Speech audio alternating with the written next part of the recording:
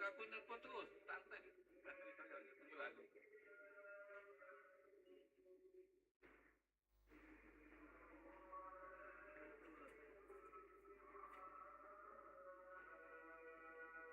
Hakim ngajak dia.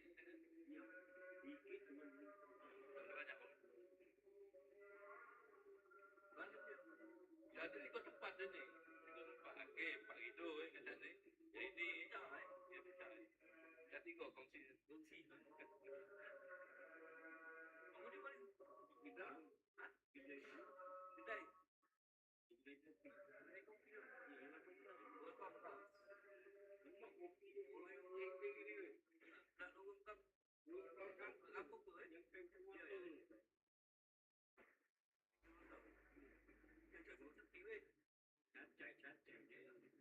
الله أكبر الله أكبر الله أكبر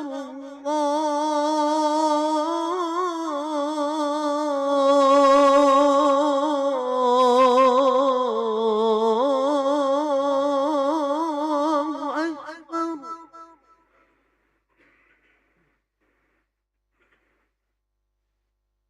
أشهد أن لا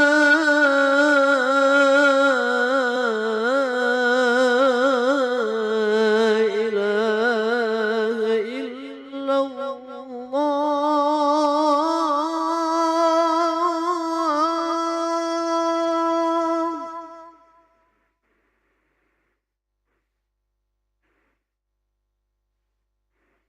أشهد أن لا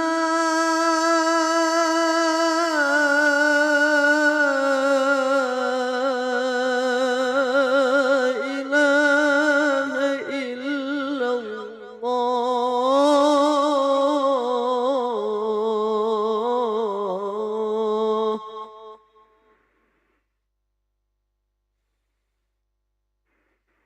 أشهد أن محمدًا رسول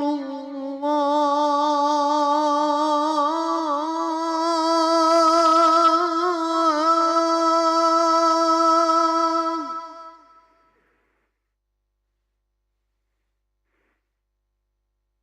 أشهد أن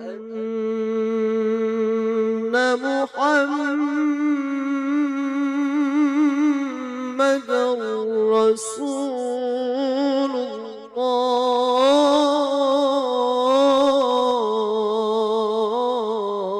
الله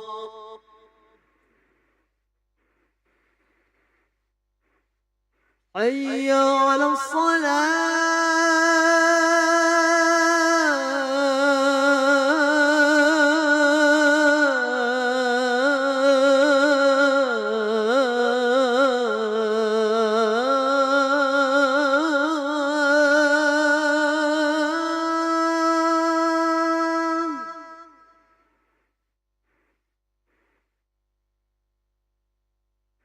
حي على الصلاة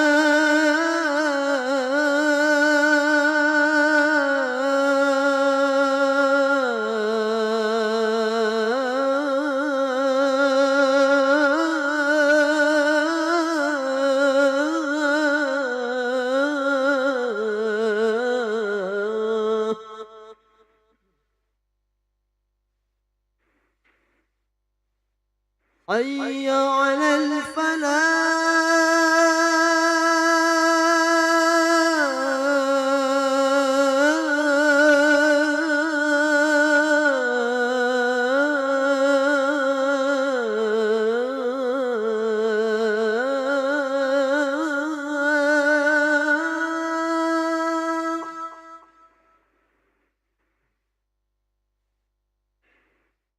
حي على الفلاح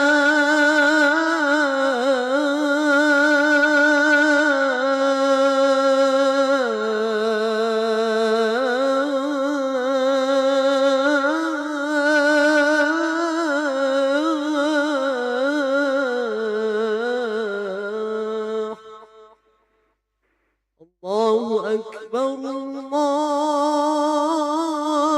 أكبر لا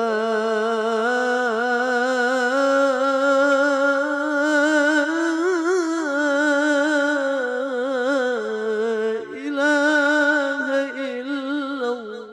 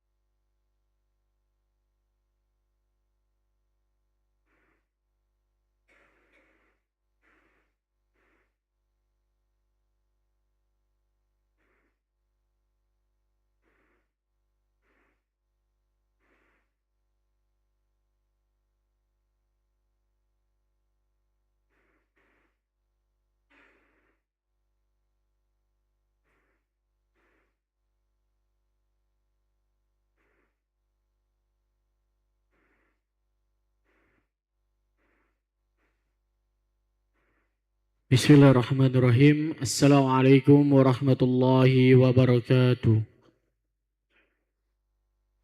Alhamdulillahirrabbilalamin. Allahumma salli ala Sayyidina Muhammad wa ala ali Sayyidina Muhammad. Amma ba'du.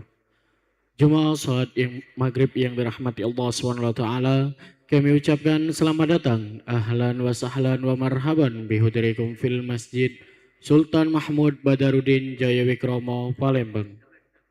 Hari ini, Rabu, malam Kamis 7 Rabiul Awal 1448 Hijriah atau bersamaan 19 Agustus 2026 Masehi.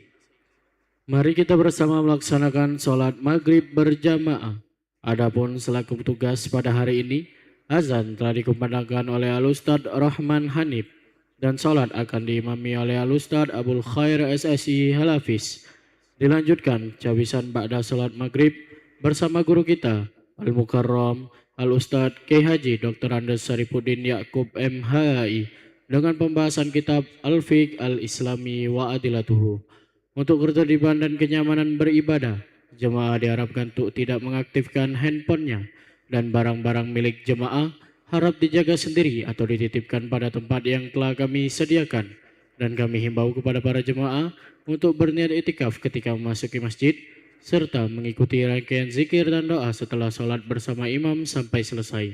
Demikianlah harap dimaklumi. Atas perhatiannya, kami pengurus Masjid Sultan Mahmud Badarudin Jaya Wikromo Palembang mengucapkan terima kasih. Selamat menunaikan sholat maghrib berjamaah.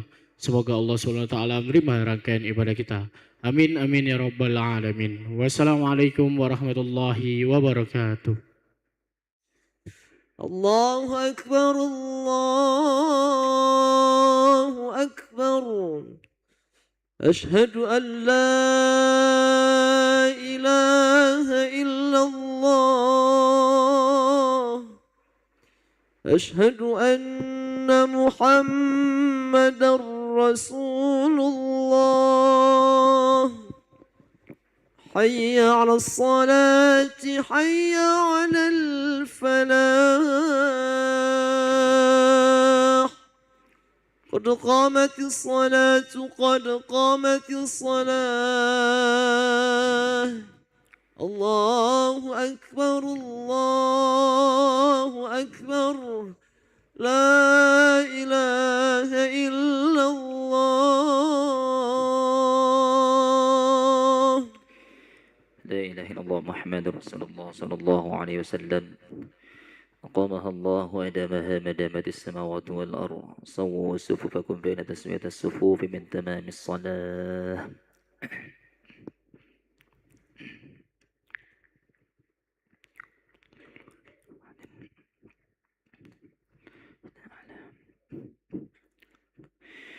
الله أكبر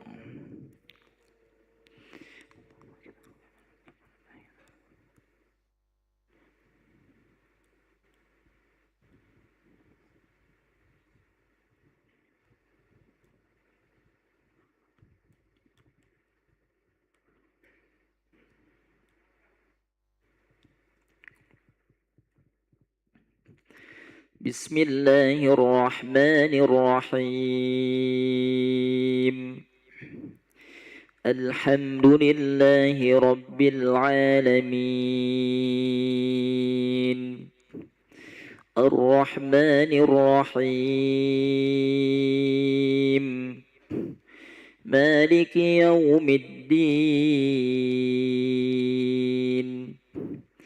إياك نعبد وإياك نستعين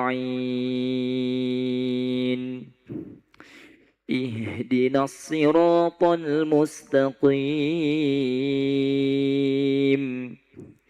صراط الذين أنعمت عليهم غير المغضوب عليهم ولا الضالين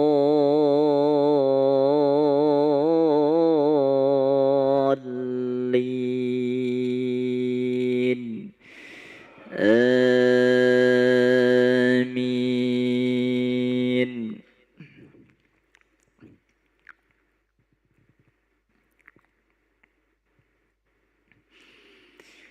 إن الذين يلحدون في آياتنا لا يخفون علينا أفمن يلقى في النار خير أم من يأتي آمنا يوم القيامة اعملوا ما شئتم إنه بما تعملون بصير إن الذين كفروا بالذكر لما جاءهم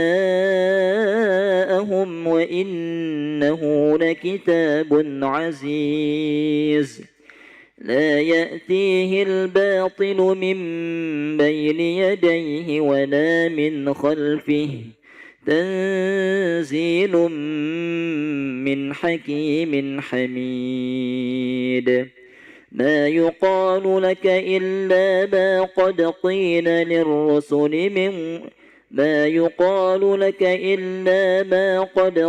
للرسل من ربك إن ربك لذو مغفرة وذو عقاب أليم ولو جعلناه قرآنا أعجميا لقالوا لولا فصلت آياته أعجمي وعربي قل هو للذين آمنوا هدى وشفاء والذين لا يؤمنون في آذانهم وقر وهو عليهم عمى أولئك ينادون من مكان بعيد الله أكبر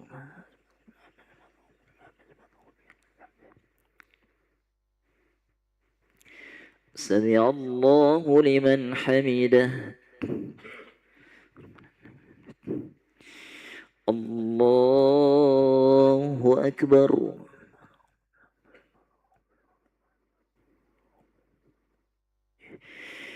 الله أكبر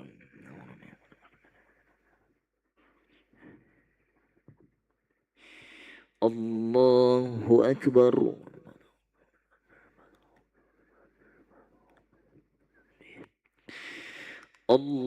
الله أكبر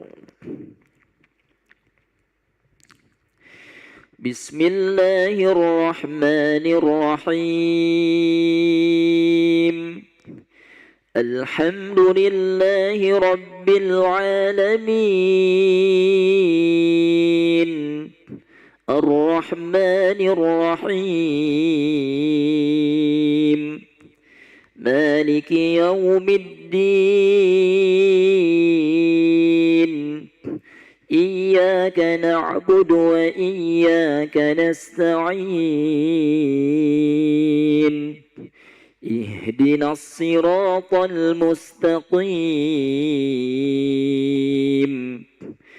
صراط الذين أنعمت عليهم غير المغضوب عليهم ولا الضالين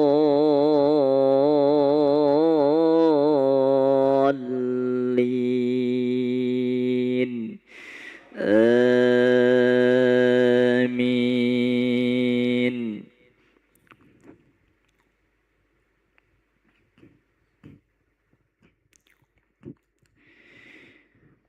ولقد آتينا موسى الكتاب فاختلف فيه ولولا كلمة سبقت من ربك لقضي بينهم وإنهم لفي شك منه مريب من عمل صالحا فلنفسه ومن أساء فعليها وما ربك بظلام للعبيد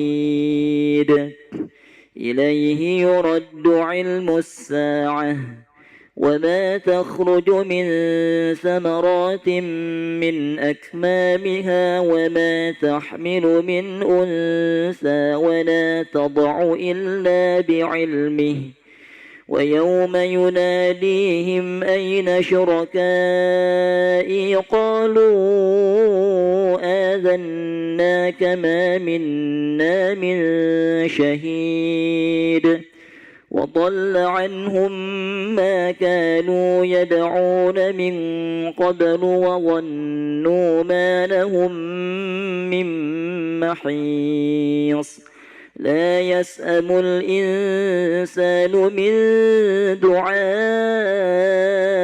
الخير وإن مسه الشر فيئوس قنوط الله أكبر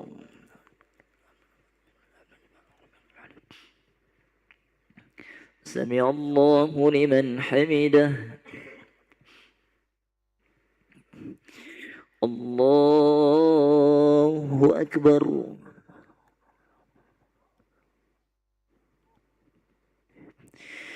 الله أكبر.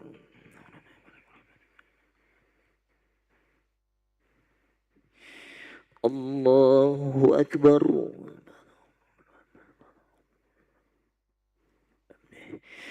الله أكبر.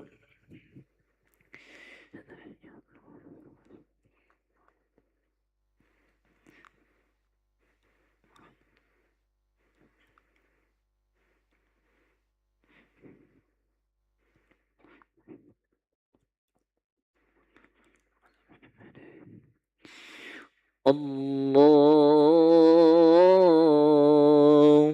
أكبر.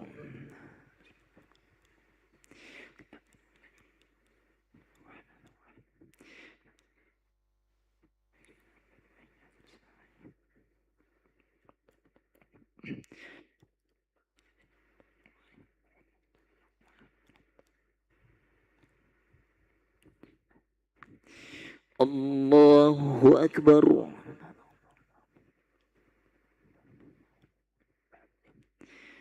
سمع الله لمن حمده. الله أكبر.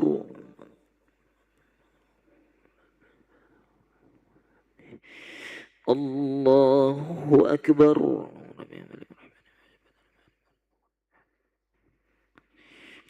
الله أكبر.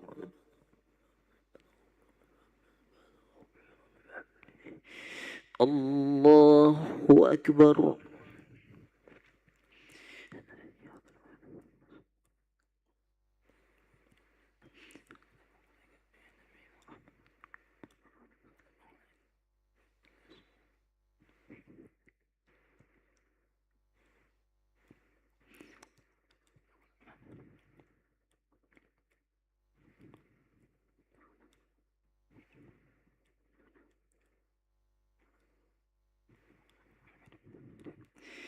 السلام عليكم ورحمة الله. السلام عليكم ورحمة الله.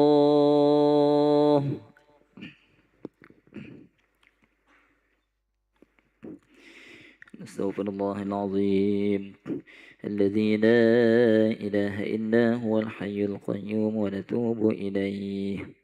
نستغفر الله العظيم الذي لا إله إلا هو الحي القيوم ونتوب إليه. نستغفر الله العظيم الذي لا إله إلا هو الحي القيوم ونتوب إليه. لا إله إلا الله وحده لا شريك له، له الملك وله الحمد يحيي ويميت وهو على كل شيء قدير. لا إله إلا الله وحده لا شريك له، له الملك وله الحمد يحيي ويميت وهو على كل شيء قدير. لا إله إلا الله وحده لا شريك له، له الملك وله الحمد يحيي ويميت وهو على كل شيء قدير. لا إله إلا الله وحده لا شريك له، له الملك وله الحمد يحيي ويميت وهو على كل شيء قدير. لا إله إلا الله وحده لا شريك له، له الملك وله الحمد يحيي ويميت وهو على كل شيء قدير. لا إله إلا الله وحده لا شريك له، له الملك وله الحمد يحيي ويميت وهو على كل شيء قدير. لا إله إلا الله وحده لا شريك له، له الملك وله الحمد يحيي ويميت وهو على كل شيء قدير. لا إله إلا الله وحده لا شريك له، له الملك وله الحمد يحيي ويميت وهو على كل شيء قدير. لا إله إلا الله وحده لا شريك له، له الملك وله الحمد يحيي ويميت وهو على كل شيء قدير.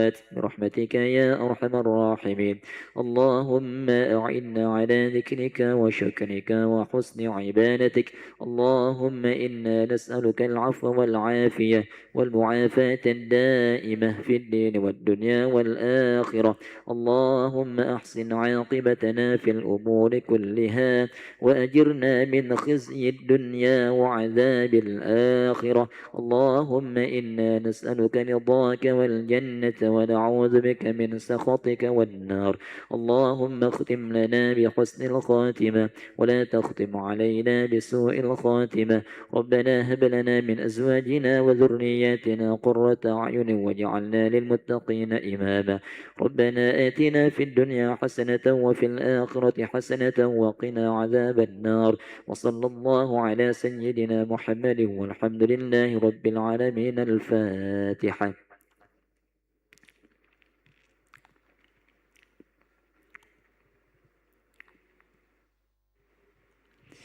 آمين يا الله، آمين يا رحمن، آمين يا رحيم، آمين يا مجيب السائلين. ولا حول ولا قوة إلا بالله العلي العظيم. اللهم عافنا من كل بلاء الدنيا وعذاب الآخرة وشر الدنيا وشر الآخرة. وغفر الله لنا ولهم برحمتك يا أرحم الراحمين. دعواهم فيها سبحانك اللهم وتحيتهم فيها سلام وآخر دعواهم أن الحمد لله رب العالمين. تقبل الله منكم.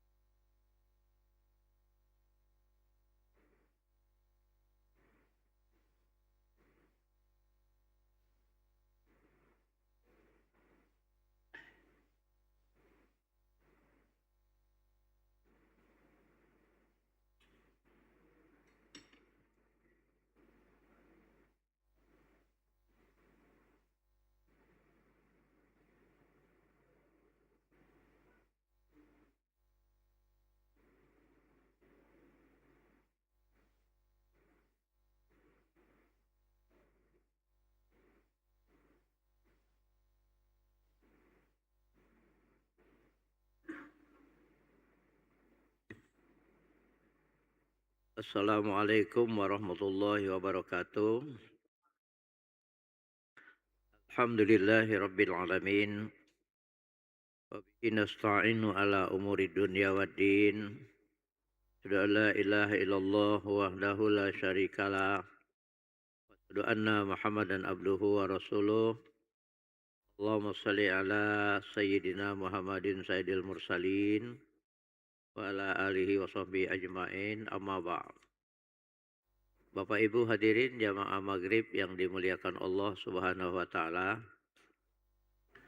Syukur alhamdulillah dengan izin dan ridho Allah kita dapat sholat berjamaah maghrib di masjid yang mulia ini, dan kita lanjutkan kaji kita.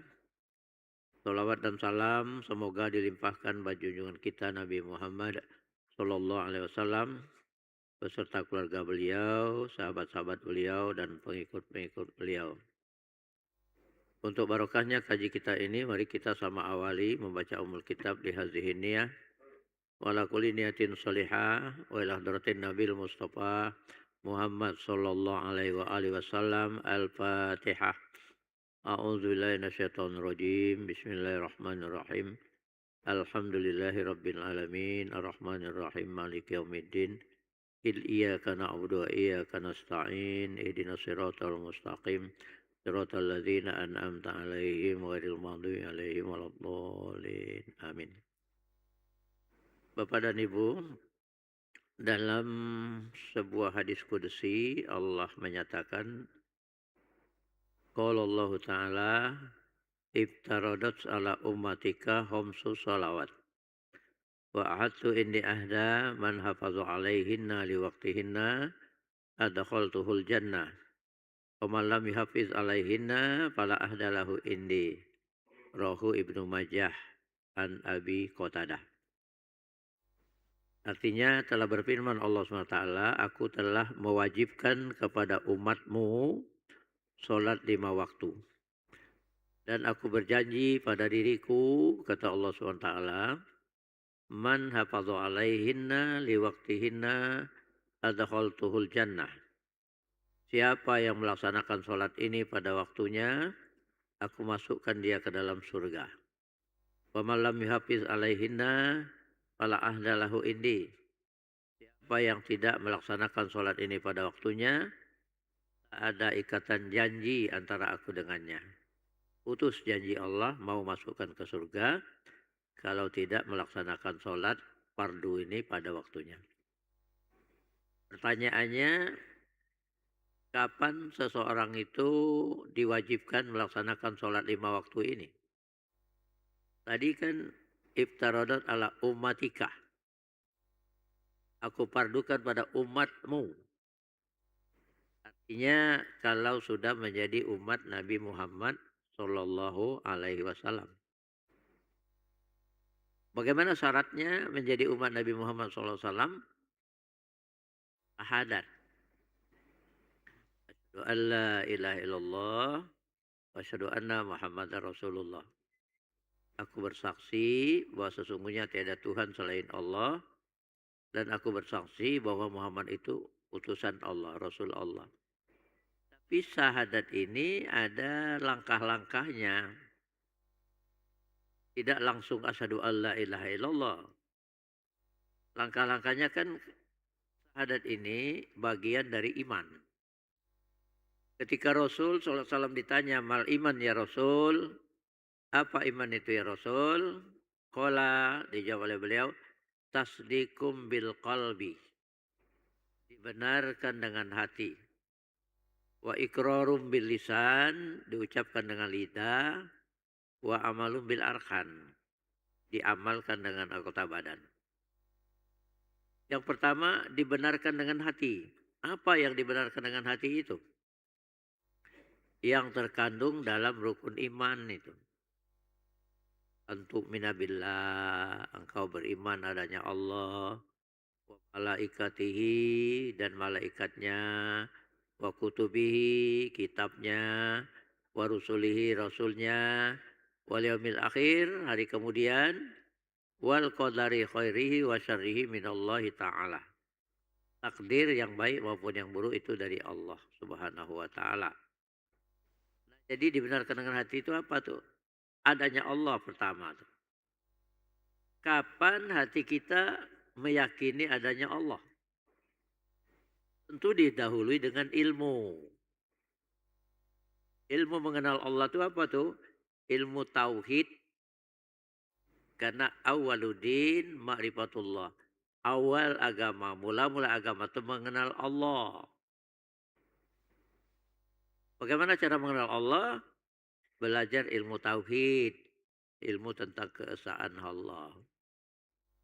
Nah, ilmu tauhid ini akidahnya ada Ahlus Sunnah wal Jamaah, ada Mu'tazilah, ada Jabariyah, ada Syiah, ada Wahabi. Nah, kita milih apa? Milih akidah Ahlus Sunnah wal Jamaah. Karena apa? Karena kata Rasulullah SAW, iftaraqat ummati ala salasi wa sab'ina millah. Kulluhum finnar illa millatan wahida. Qalu wa man hiya ya Rasul? Qala ma ana alaihi washabi.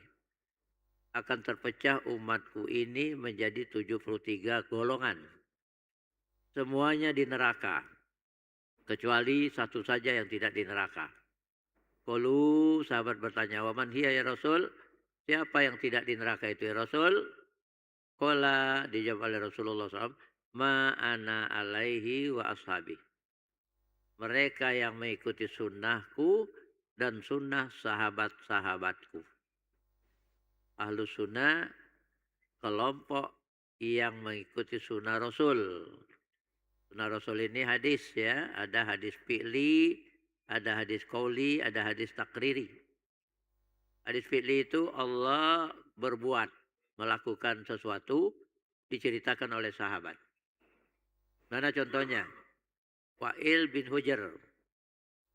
Saya melihat Rasul SAW ketika akan sujud, yang pertama kali menyentuh lantai, kedua dengkul. Itu Wa'il bin Hujr menceritakan. Itu hadis fi'li. Rasul berbuat. Ya. Ada hadis qauli, misalnya Rasul bersabda, "Lu kama ra'aitumuni usolli." Salatlah kamu sebagaimana kamu melihat aku sholat. Nah, siapa yang melihat Rasul sholat ini? Para sahabat. Nah, tadi Wa'il bin Hujr melihat. Dia menceritakan. Jadi, sabda Rasul itu hadis qauli. Rasul bersabda. Ada yang namanya hadis takriri. Jadi 3 ya. Hadis fi'li, hadis qauli, hadis takriri. Takriri itu sahabat berbuat, diketahui oleh Rasul, Rasul menyetujui. Mana contohnya? Nah, diceritakan ya, sahabat-sahabat Rasul berkemah di dekat sebuah perkampungan. Lalu kepala suku kampung itu digigit binatang berbisa. Gak kesakitan, datanglah seorang wanita minta bantuan untuk mengobati kepala suku mereka yang kesakitan digigit binatang berbisa itu. Lalu oleh sahabat diberinya air segelas. Dibacakannya surah Al-Fatihah 3 kali. Minumkan ini katanya. Diminum oleh kepala suku itu. Dengan izin Allah sembuh. Lalu perempuan itu datang lagi membawa 30 ekor kambing. Karena sahabat banyak ya. Jadi kalau sedikit tidak cukup. Ini sebagai tanda terima kasih. Sukunya sembuh. Kata yang membacakan surat Al-Fatihah itu, jangan kita apa-apakan kambing ini. Kita tanya dulu kepada Rasul. Ditanya kepada Rasul, apa yang kalian baca kata Rasul? Surah Al-Fatihah 3 kali ya Rasul di air itu. Betul kata Rasul, Al-Fatihah liman qoro'ah. Surah Al-Fatihah itu tergantung niat yang membaca. Jadi niatnya apa? Untuk menjadi obat. Jadi obat dia. Nah ini perbuatan sahabat yang diketahui oleh Rasul. Rasul setuju. Ini namanya takrir. Ya, banyak takrir itu. Ketika Rasul SAW sudah di masjid, datang seorang laki-laki sholat di samping Rasul, sholat sunat tahiyat masjid. Apa yang dibacanya setelah takbiratul ihram? Allahu akbar kabira, walhamdulillahi kasira, subhanallahi bukrata wa asila. Aku kagum dengan orang ini, kata Rasul.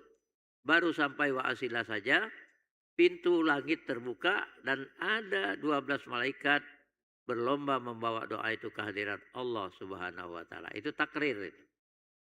Nah, jadi ma'ana alaihi wa ashabi. Mereka yang mengikuti sunnahku dan sunnah sahabat-sahabatku. Itu ahlu sunnah wal jamaah. Jamaah itu sahabat. Contohnya ketika Umar bin Khattab radhiyallahu an menjadi khalifah, beliau melihat malam Ramadan itu sekelompok orang sholat. Tidak berjamaah. Nah, lalu kata Umar bin Khattab selaku khalifah, alangkah bagusnya sholat di malam Ramadan ini dipimpin oleh seorang qori. Ditetapkanlah pada malam itu Ubay bin Ka'ab jadi imam sholat tarawih. Sejak itu sholat malam di bulan Ramadan itu berjamaah, jumlah rakaatnya 20 rakaat plus 3 witir. Nah, ini namanya kesepakatan sahabat. Ya, ati usunnati wa sunnatil khulafai rasyidin al mahdiyin, kata Rasulullah SAW. Ikutilah sunnahku dan sunnah khulafa penggantiku ar-rasyidin yang cerdas, al mahdiyin yang memperoleh hidayah. Ya, jadi dari kelompok mana saja apabila mereka mengikuti sunnah Rasul dan sunnah sahabat-sahabat Rasul, itulah ahlu sunnah wal jamaah. Nah, sekarang tauhid dengan aliran Ahlussunnah wal Jamaah ini siapa tokohnya itu? Karena Allah mengarahkan fas'alu ahla zikri in kuntum la ta'lamun. Tanyakan kepada yang ahli kalau kalian belum mengetahui. Nah, yang ahli ini siapa? Yang Ahlussunnah wal Jamaah ini. Itulah Abu Hasan al-Ash'ari dan al-Maturidi. Nah, belajarlah dengan mereka. Apa manhajnya? Manhajnya itu metodologinya. Metodologi memahami, mengenal Allah. Itulah yang dinamakan dengan sifat 20 itu. Wujud, kidam, bako, muhalafah ta'ala lil hawadis, qiyamu ta'ala binafsi, wahdaniyat, kudrat, irodat, ilmu, hayat, sama, basor, kalam, dan seterusnya ya. Nah, wujud Allah itu ada. Secara akal bagaimana kita menerimanya? Secara akal pasti setiap benda, setiap apa yang ada itu ada yang menciptakannya. Apa tanda Allah ada? Secara akal adanya langit dan bumi. Pasti ada yang menciptakannya di langit dan bumi. Secara akal ya. Cangkir ini pasti ada yang menciptakannya. Tidak ada begitu saja. Nah, ini secara akal. Lalu secara nakal itu nas dari Al-Quran atau hadis. Ada enggak yang menyatakan Allah yang menciptakan langit dan bumi? Ada. Dalam surah Alif Lam Mim As-Sajdah. Allahul ladzi khalaqas samawati wal arda wa ma bainahuma fi sittati ayyamin tsumma stawa 'alal 'arsy. Allah yang menciptakan langit dan bumi dan apa-apa yang ada di antara keduanya dalam masa 6 hari, kemudian berkuasa di aras. Nah, kalau sudah ada nas ini, wajib membenarkan, meyakini kebenarannya. Kalau tidak yakin kebenarannya jadi kafir ya. Nah, jadi ini dulu dibenarkan dengan hati. Adanya Allah, adanya malaikat, adanya kitab, adanya Rasul. Setelah dibenarkan dengan hati, prosesnya ya, dengan ilmu artinya, barulah wa iqrarum bil lisan. Baru syahadat tadi. Jadi tidak serta-merta syahadat. Diawali dulu dengan ilmu. Ilmu mengenal Allah, ilmu tauhid. Dengan i'tikad Ahlussunnah wal Jamaah Metodologinya memahami sifat 20. Yakin adanya Allah, Nabi Muhammad SAW, baru asyhadu an la ilaha illallah wa asyhadu anna Muhammadar Rasulullah. Aku bersaksi bahwa sesungguhnya tiada Tuhan selain Allah, dan aku bersaksi bahwa sesungguhnya Muhammad itu Rasul Allah. Baru Muslim dia. Maka sampai kewajiban untuk melaksanakan sholat 5 waktu. Iftarodat ala ummatika khamsu sholawat. Aku fardukan pada umatmu wahai Muhammad 5 sholat. Satu. Yang kedua, berakal. Ya. Tidak gila. Kalau gila tidak wajib. Yang sehat akalnya. Yang ketiga, baligh. Jadi 3 syarat itu. Islam, berakal, baligh. Nah, baligh bagi laki-laki ini mimpi, ihtilam, ya. Bermimpi, bersetubuh. Lalu keluar mani.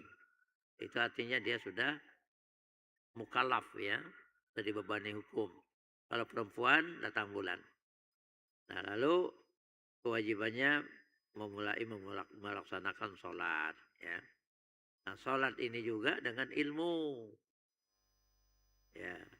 Kalau syahadat tadi dengan ilmu, itu bagian dari rukun Islam, ya. Sholat juga dengan ilmu. Ilmu apa? Ilmu fikih, ilmu syariat. Ilmu syariat itu bersumber Al-Quran, As-Sunnah, Ijma' dan Qiyas. Nah, yang sudah dijadikan ilmu fikih. Fikih itu al-fahmu, paham. Dalam arti bahasa. Dalam arti istilah, al-ilmu bil ahkami syar'iyyati al-amaliyati al-muktasabu min adillatihat tafsiliyah. Ilmu tentang syariat Islam yang amalia, sumbernya dari dalil-dalil yang rinci. Al-Quran, As-Sunnah, Ijma' dan Qiyas. Jadi belajar dulu ilmu fikih. Karena wa kullu man bighairi ilmi ya'malu a'maluhu mardudatun la tuqbalu. Setiap orang yang beramal tanpa ilmu, amalnya itu ditolak, tidak diterima. Termasuk syahadat tadi harus dengan ilmu, ya. Makanya menuntut ilmu itu fardu ain. Thalabul ilmi faridatun ala kulli muslimin wa muslimatin. Menuntut ilmu itu fardu bagi muslim laki-laki dan muslim perempuan. Ya, amal kita itu sah, diterima oleh Allah SWT. Tadi itu wa kullu man bighairi ilmi ya'malu a'maluhu mardudatun la tuqbalu. Setiap orang yang beramal tanpa ilmu, amalnya itu ditolak, tidak diterima. Nah, ilmu apa? Fikih toharo dulu. Karena sholat itu didahului dengan bersuci dulu.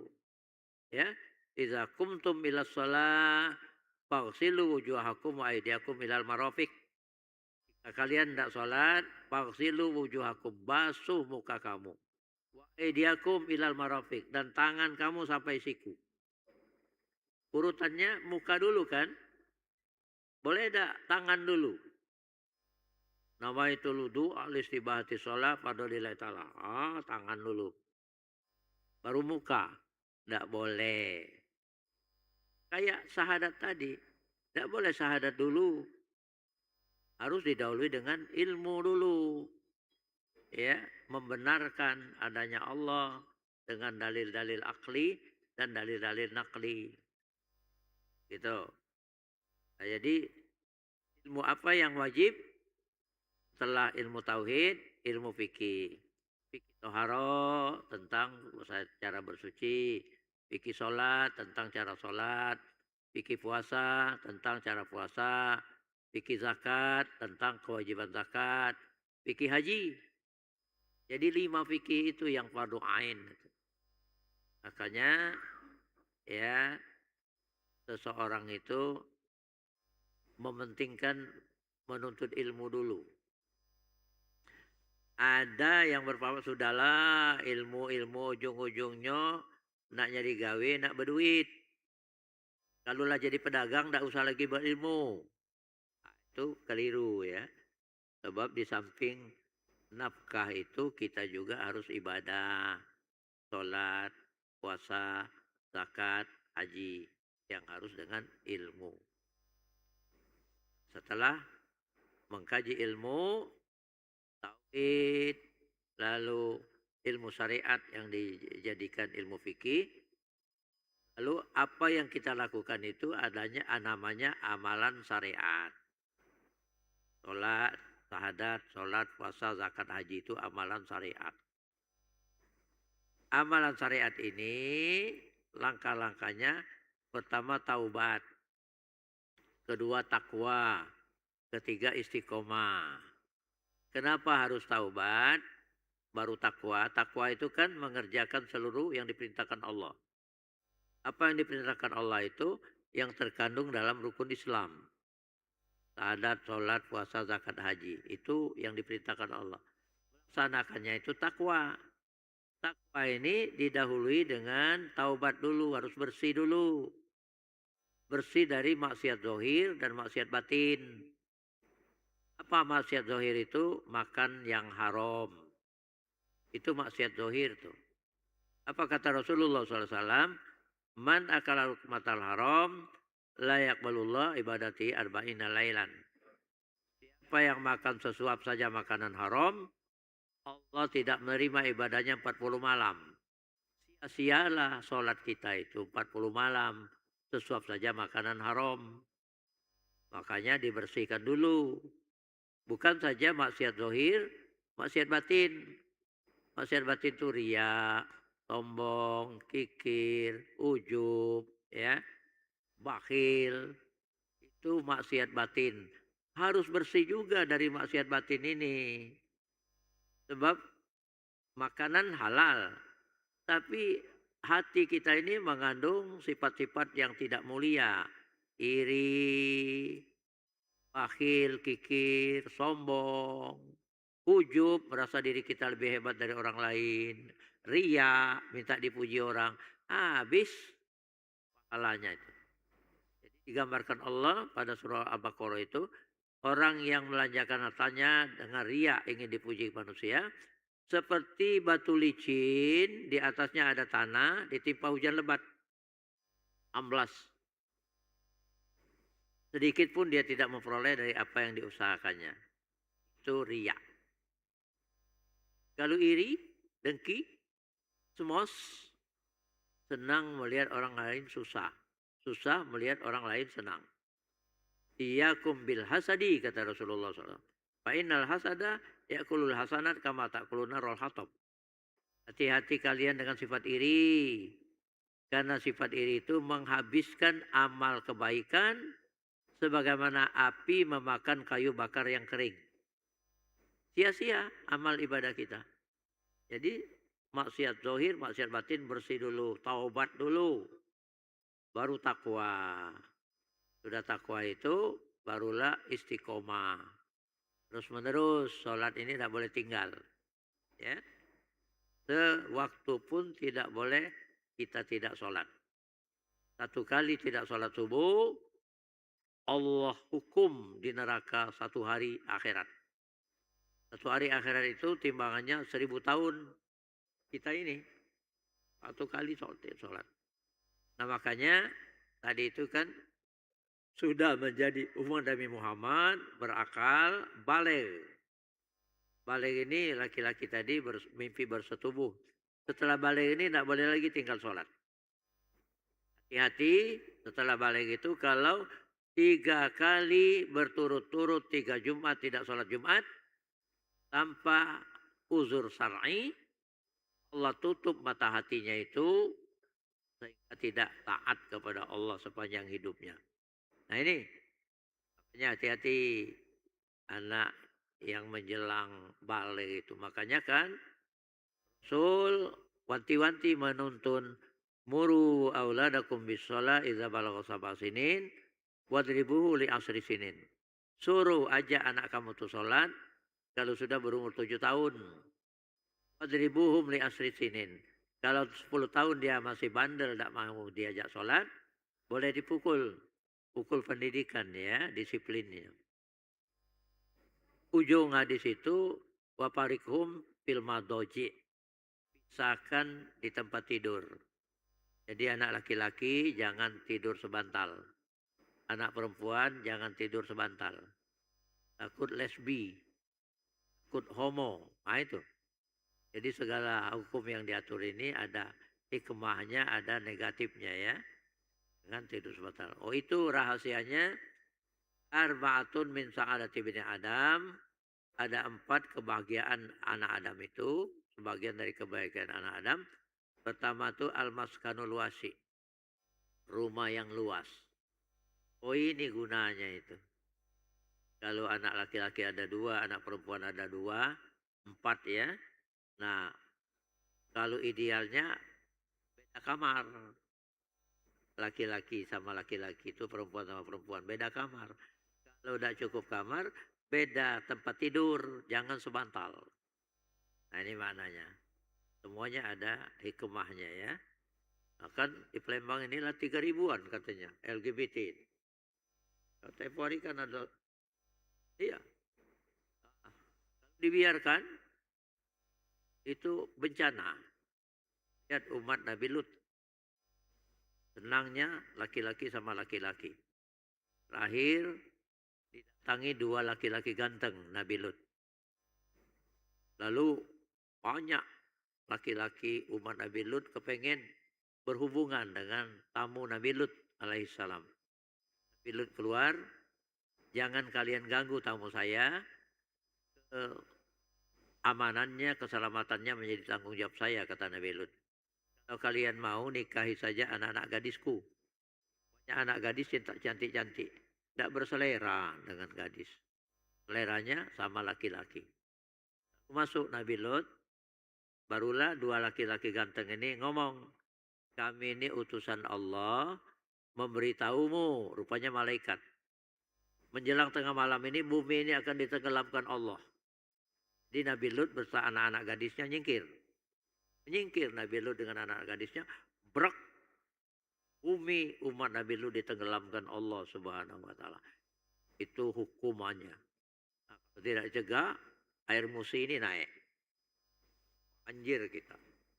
Ya tenggelam, tsunami ya. Jadi itu langkah-langkahnya ya. Mendidik anak-anak sejak dini umur 7 tahun dilatih sholat, 10 tahun kalau tidak mau sholat boleh dipukul. Nah kalau sudah balik tidak boleh lagi tinggal sholat. Tadi itu kan malam hafiz alaihi ala ahdalau indi. Apa namanya? Iftaradat Allah umatika khumsu salawat wa hatu indi ahda man hafazu alaihinna liwaktihinna adkhaltuhul jannah wa man lam yuhafiz alaihinna fala ahdalahu indi. Aku fardukan pada umatmu wahai Muhammad 5 salat. Aku berjanji pada diriku, kata Allah SWT, siapa yang melakukan salat ini pada waktunya, aku masukkan dia ke dalam surga. Wa lam yuhafiz alaihinna fala ahdalahu indi. Siapa yang tidak melaksanakan salat ini pada waktunya, tak ada ikatan janji antara aku dengannya. Nah, kalau sholat-sholat dulu tinggal sejak balik itu masih wajib qadha. Ya, jadi caranya dicicil. Nabi Muhammad SAW saja waktu perang Hondak menghadapi tentara koalisi 10.000, umat Islam baru 3.000, gali parit. Tidak sempat sholat zuhur, tidak sempat sholat asar, tidak sempat sholat maghrib. Menjelang tengah malam baru usai gempuran musuh, barulah qadha sholat zuhur berjamaah. Menjelang tengah malam. Sudah zuhur, asar berjamaah. Qadha menjelang tengah malam. Baru maghrib, kemudian isya. Nah itu. Jadi Nabi saja qadha, apalagi kita ini ya. Jadi wajib qadha. Ini saja bahasan kita malam ini. Mohon maaf kalau ada hal-hal yang kurang berkenan. Pada Allah kita mohon ampun. Billahi taufiq wal hidayah. Assalamualaikum warahmatullahi wabarakatuh. A'udzubillahi minasyaitonirrajim. Bismillahirrahmanirrahim. Alhamdulillahirabbil alamin. Hamdan syakirin, hamdan naimin, hamdan yuwafi ni'amahu wa yukafi'u mazidah. Ya Rabbana lakal hamdu kama yanbaghi li jalali wajhikal karim wa azimi sultanik. Allahumma shalli ala sayyidina Muhammad wa ala sayyidina Muhammad. Rabbana zalamna anfusana wa illam taghfir lana wa tarhamna lanakunanna minal khasirin. Rabbana ighfir lana dzunubana wa liwalidina warhamhum kama rabbawna shighara wa li jami'il muslimina wal muslimat wal mu'minina wal mu'minat al ahya'i minhum wal amwat bi rahmatika ya arhamar rahimin. Allahumma akhrijna min zulumatil wahmi wa akrimna bi nuril fahmi wabta alaina bi ma'rifatil ilmi wasahhil lana abwaab fadlika ya arhamar rahimin. Allahumma arinal haqqo haqqo warzuqna tibaa wa arinal batila batila warzuqna jatinabah. Allahumma ja'al jam'ana hadza jam'an marhuma wa tafarruqana min ba'dihi tafarruqan ma'suma. Rabbana hab lana min azwajina wa dzurriyyatina qurrata a'yuni waj'alna lil muttaqina imama. Rabbana atina min ladunka rahmatan wa hayyi' lana min amrina rasyada. Rabbana atina fid dunya hasanah wa fil akhirati hasanah wa qina azabannar wa adkhilnal jannata ma'al abrar. Ya Aziz, Ya Ghaffar, Ya Rabbal Alamin. Wassallallahu ala Sayyidina Muhammadin Nabiyil Ummi wa ala alihi wa sahbihi ajma'in. Subhana rabbika rabbil izzati amma yasifun. Wassalamun ala mursalin. Walhamdulillahi rabbil alamin. Taqabbalallahu minkum.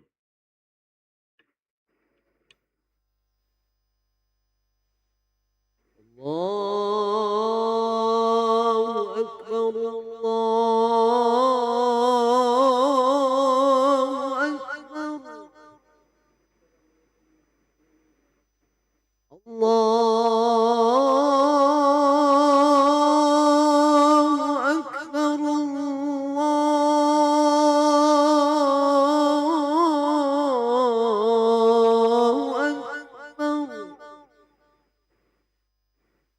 أشهد أن لا إله إلا الله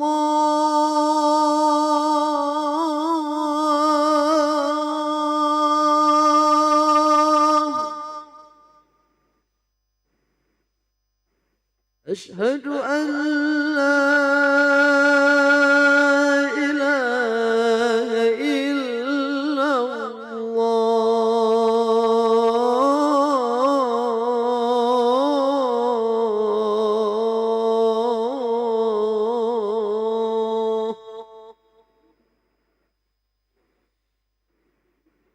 أشهد أن محمدا رسول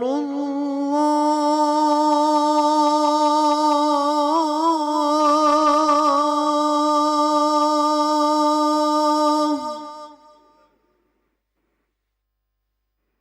أشهد أن محمدا رسول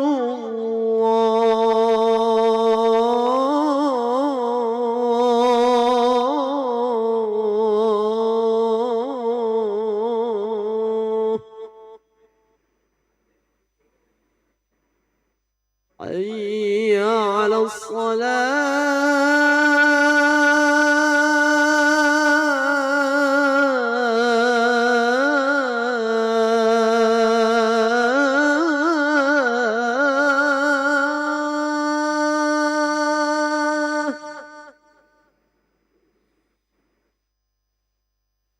حي على الصلاة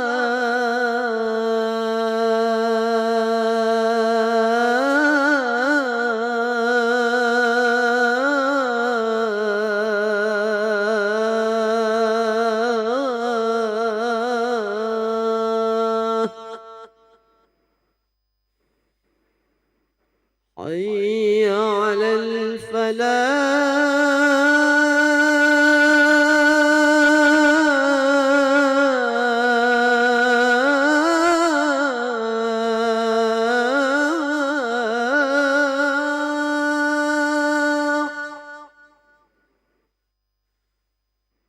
حي على الفلاح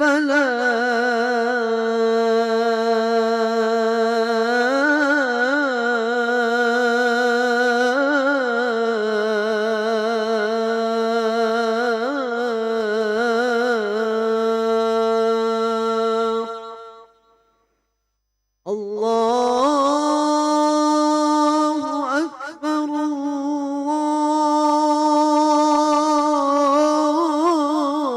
الله أكبر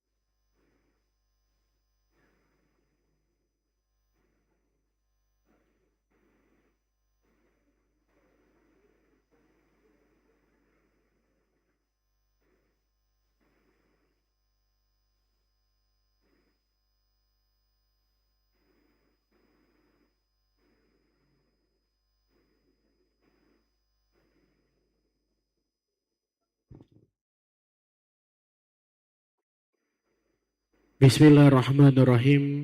Assalamualaikum warahmatullahi wabarakatuh. Alhamdulillahirabbil alamin. Allahumma shalli ala sayyidina Muhammad wa ala ali sayyidina Muhammad, amma ba'du. Jemaah salat Isya yang dirahmati Allah SWT, kami ucapkan selamat datang, ahlan wa sahlan wa marhaban bihudirikum fil masjid Sultan Mahmud Badarudin Jaya Wikromo, Palembang. Hari ini, Rabu malam Kamis 19 Agustus 2026 Masehi atau bersamaan 7 Rabiul Awal 1448 Hijriah. Mari kita bersama melaksanakan sholat Isya berjamaah. Adapun selaku petugas pada hari ini, azan telah dikumandangkan oleh Al-Ustadz Rahman Hanif dan sholat akan diimami oleh Al-Ustadz Abdul Khair SIC Al-Hafiz. Dilanjutkan Ratib Saman ba'da sholat Isya bersama guru kita Al-Mukarram Al-Ustadz Kemas Haji Andi Syarifuddin MAG. Untuk ketertiban dan kenyamanan beribadah, jemaah diharapkan untuk tidak mengaktifkan handphonenya dan barang-barang milik jemaah harap dijaga sendiri atau dititipkan pada tempat yang telah kami sediakan.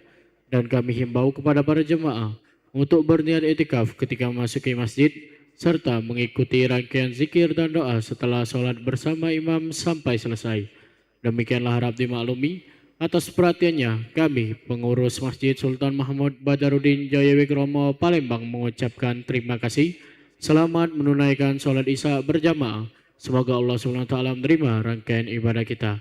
Amin amin ya rabbal alamin. Wassalamualaikum warahmatullahi wabarakatuh. Allahu Akbar. Ashhadu an la ilaha illallah. Ashhadu anna Muhammadar Rasulullah. Hayya 'alas salati, hayya 'alal falah. قد قامت الصلاة قد قامت الصلاة. الله أكبر الله أكبر. لا إله إلا الله. لا إله إلا الله محمد رسول الله صلى الله عليه وسلم. قامها الله أدامها ما دامت السماوات والأرض. صووا صفوفكم بين تسوية الصفوف من تمام الصلاة.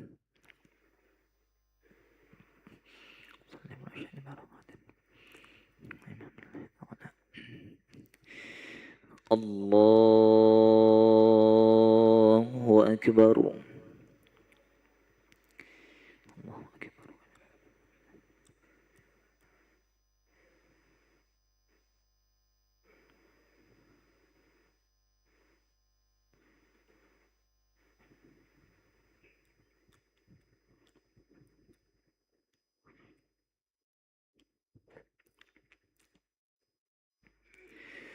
بسم الله الرحمن الرحيم. الحمد لله رب العالمين. الرحمن الرحيم. مالك يوم الدين. إياك نعبد وإياك نستعين. اهدنا الصراط المستقيم. صراط الذين أنعمت عليهم غير المغضوب عليهم ولا الضالين.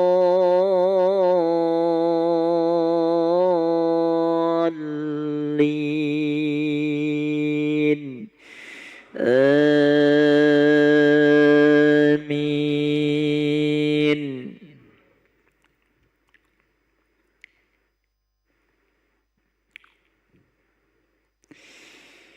ولئن أذقناه رحمة منا من بعد ضراء مسته ليقولن هذا لي وما أظن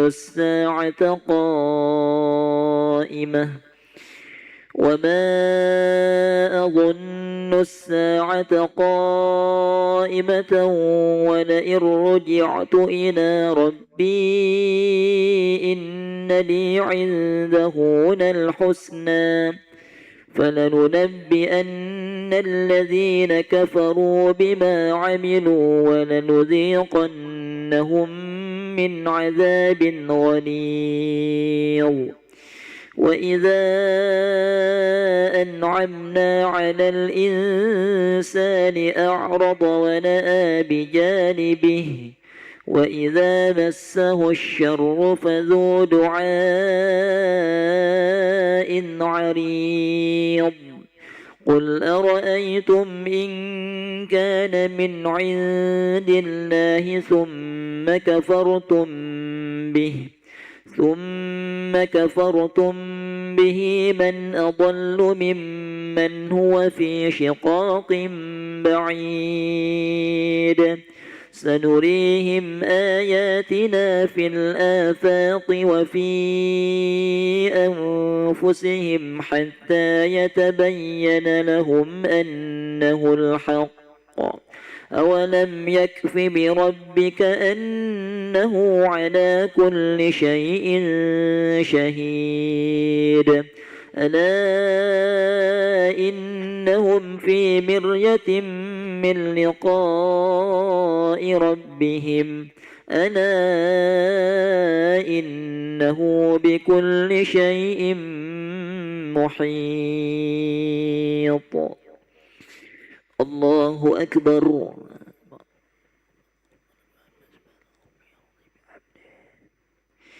سمع الله لمن حمده الله أكبر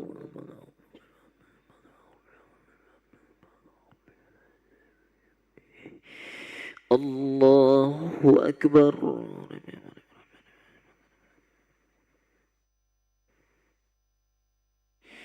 الله أكبر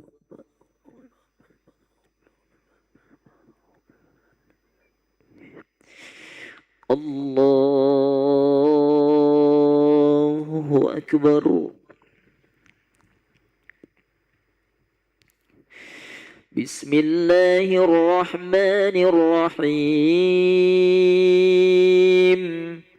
الحمد لله رب العالمين الرحمن الرحيم مالك يوم الدين إياك نعبد وإياك نستعين اهدنا الصراط المستقيم صراط الذين أنعمت عليهم غير المغضوب عليهم ولا الضالين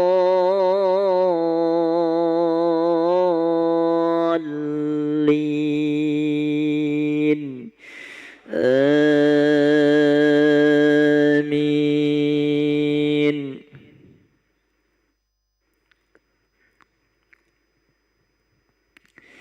بسم الله الرحمن الرحيم حميم عين سين قاف كذلك يوحي إليك وإلى الذين من قبلك الله العزيز الحكيم له ما في السماوات وما في الأرض وهو العلي العظيم تكاد السماوات يتفطرن من فوقهن والملائكة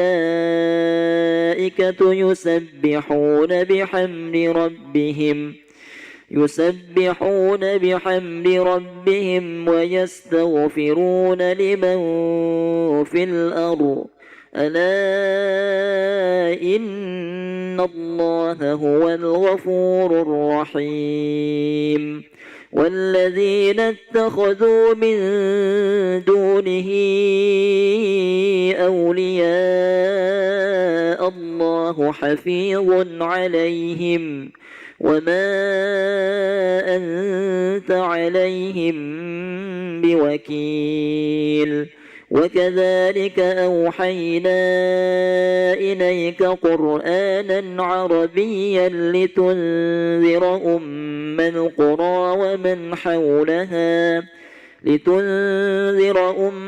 القرى ومن حولها وتنذر يوم الجمع لا ريب فيه فريق في الجنة وفريق في السعير الله أكبر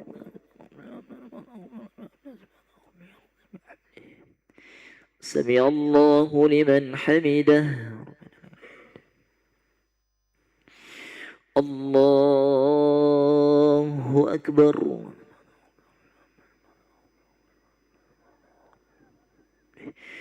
الله أكبر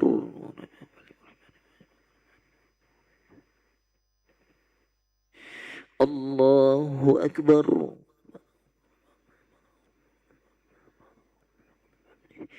الله أكبر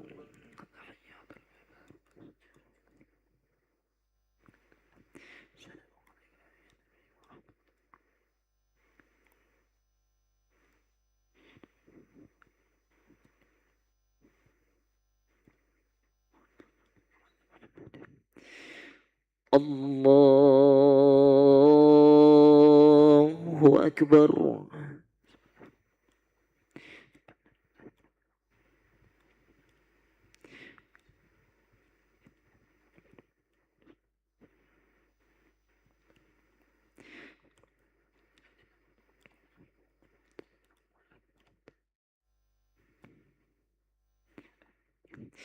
الله أكبر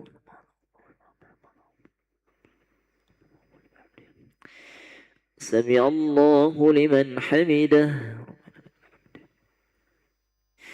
الله أكبر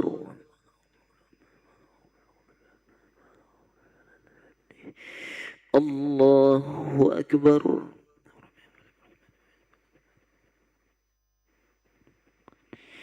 الله أكبر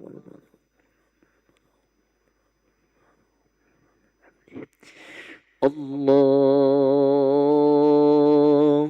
أكبر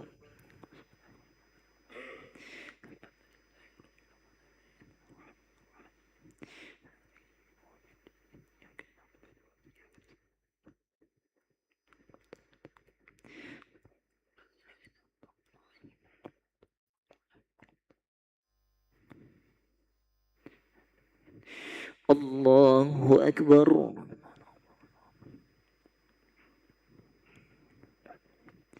سمع الله لمن حمده الله أكبر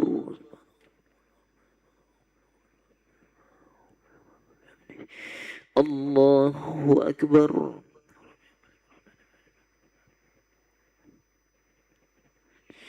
الله أكبر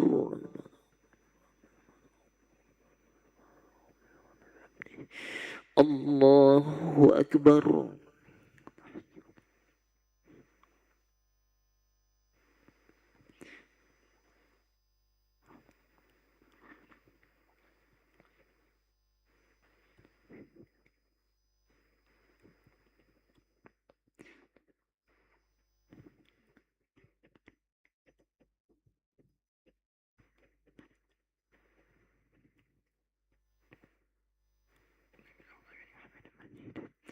السلام عليكم ورحمة الله.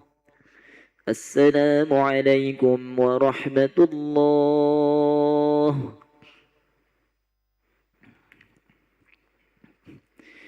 أستغفر الله العظيم الذي لا إله إلا هو الحي القيوم ونتوب إليه. أستغفر الله العظيم الذي لا إله إلا هو الحي القيوم ونتوب إليه. نستغفر الله العظيم الذي لا إله إلا هو الحي القيوم ونتوب إليه. لا إله إلا الله وحده لا شريك له، له الملك وله الحمد يحيي ويميت وهو على كل شيء قدير.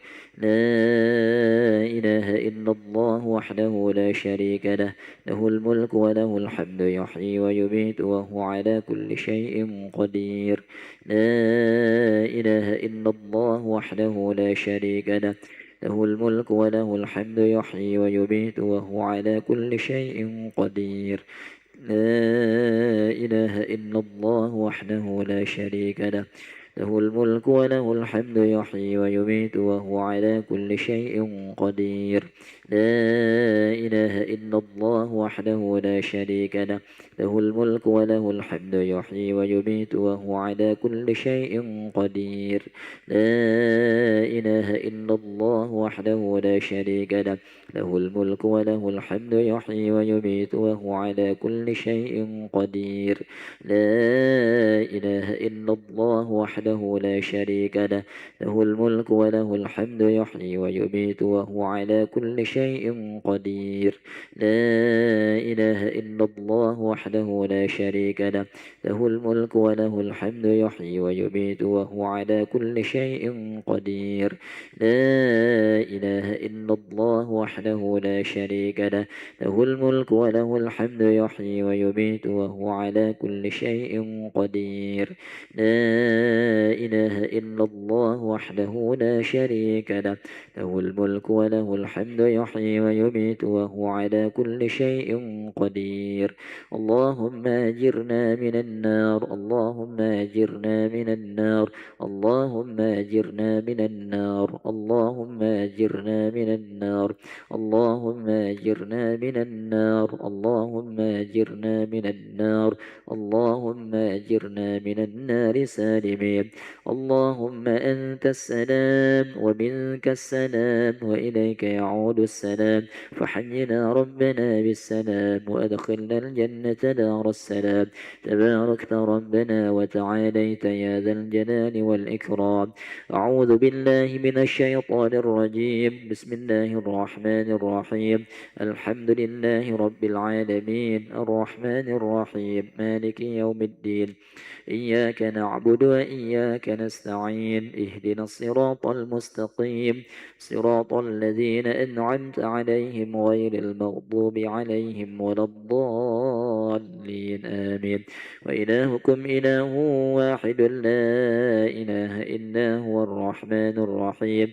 الله لا إله إلا هو الحي القيوم، لا تأخذه سنة ولا نوم، له ما في السماوات وما في الأرض. من ذا الذي يشفع عنده إلا بإذنه، يعلم ما بين أيديهم وما خلفهم، ولا يحيطون بشيء من علمه إلا بما شاء.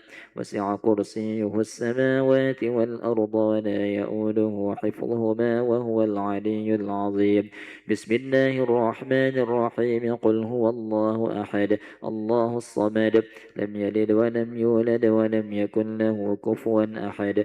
بسم الله الرحمن الرحيم. قل هو الله أحد الله الصمد، لم يلد ولم يولد ولم يكن له كفوا أحد. بسم الله الرحمن الرحيم. قل هو الله أحد الله الصمد، لم يلد ولم يولد ولم يكن له كفوا أحد. إلهي يا ربي يا ربنا يا معبود. سبحان الله سبحان الله سبحان الله سبحان الله سبحان الله سبحان الله سبحان الله سبحان الله سبحان الله سبحان الله سبحان الله سبحان الله سبحان الله.